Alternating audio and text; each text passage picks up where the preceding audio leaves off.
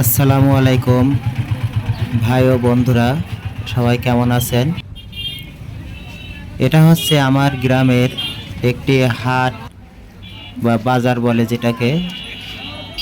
এটা হচ্ছে আপনার শহরের মতো, কিন্তু যে আমরা যখন যেটা মন করি যে বাজার থেকে কিছু কিনে নিয়ে আসব, গ্রামের যে হাট এটা কিন্তু এমনটা না।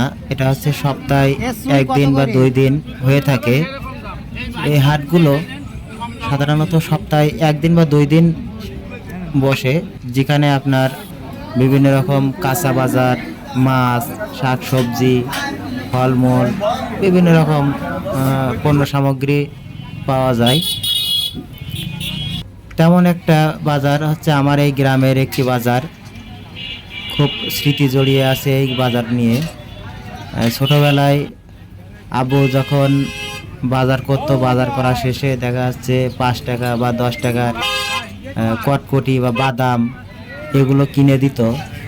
তা নিয়ে মানে সারা সপ্তাহের বাজার কিন্তু একদিনে করা হতো। এখানে যে প্রতিদিন যে বাজারটা নিয়ে আমরা খাই, এখানে কিন্তু সেইভাবে নেওয়া হয় না।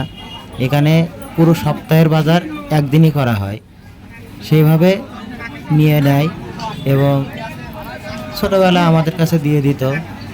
আমরা নিয়ে যেতাম বাসায়, গিয়ে যে খাবারটা কিনে দিত ওই খাবার নিয়ে যেতাম। কত আনন্দ ছিল! এখন এই যান্ত্রিক শহরে এসে এই আনন্দটা আর আমরা পাই না। আসলে